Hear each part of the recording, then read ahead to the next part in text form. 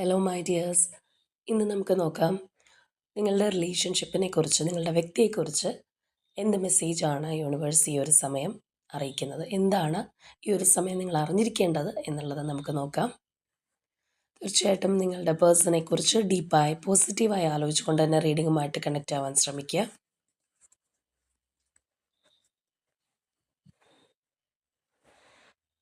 നമുക്കിതിൽ നിന്ന് 3 piles choose ചെയ്യാം. പയൽ നമ്പർ 1, പയൽ നമ്പർ 2 ആൻഡ് പയൽ നമ്പർ 3. ഈ 3 പയൽസിൽ നിന്ന് ഒരു പയൽ തിരഞ്ഞെടുക്കുക.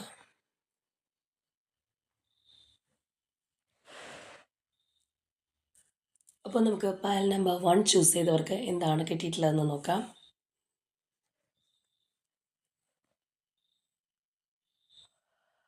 Okay, do what feels right എന്നുള്ളതാണ് പറഞ്ഞിട്ടുള്ളത്. ഈ ഒരു സമയം നിങ്ങളുടെ റിലേഷൻഷിപ്പിനെ കുറിച്ച് എന്തോ ഒരു കാര്യം നിങ്ങളെ ഒരുപാട് കൺഫ്യൂസ്ഡ് ആക്കുന്നുണ്ട്.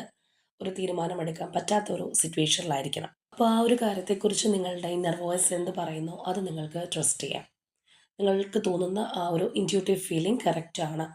തീർച്ചയായിട്ടും നിങ്ങൾക്ക് ശരിയെന്ന് തോന്നുന്നത് തന്നെയാണ് സത്യം എന്നാണ് ഇവിടെ നമുക്ക് കാണാൻ കഴിയുന്നത്. അപ്പോൾ ഇനി നമുക്ക് പയൽ നമ്പർ 2 ചൂസ് ചെയ്തവർക്ക് എന്താണ് ലഭിച്ചിട്ടുള്ളതെന്ന് നോക്കാം. ഓക്കെ, റൊമാൻസ് ആണ് അവർക്ക് കിട്ടിയിട്ടുള്ളത്. ഇവിടെ നിങ്ങളുടെ റിലേഷൻഷിപ്പ് സ്ട്രോങ് ആവാനായിട്ട് പോകുന്നു എന്നാണ് യൂണിവേഴ്സ് പറയുന്നത്. കാരണം നിങ്ങളുടെ വ്യക്തിയും നിങ്ങളും ഒരുമിച്ചിരിക്കേണ്ടുന്ന, ഒരുമിച്ച് സ്നേഹം പങ്കിടേണ്ടുന്ന സമയമാണ് നിങ്ങളുടെ ലൈഫിലേക്ക് കടന്നു വരാനായിട്ട് പോകുന്നത്. അതുകൊണ്ട് തന്നെ ആ ഒരു അട്രാക്ഷൻ നിങ്ങളുടെ റിലേഷൻഷിപ്പിൽ ഉണ്ടാവും എന്നുള്ളതാണ്.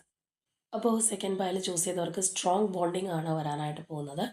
ഇനി നമുക്ക് പയൽ നമ്പർ 3 ചൂസ് ചെയ്തവർക്ക് എന്താണ് ലഭിച്ചിട്ടുള്ളതെന്ന് നോക്കാം.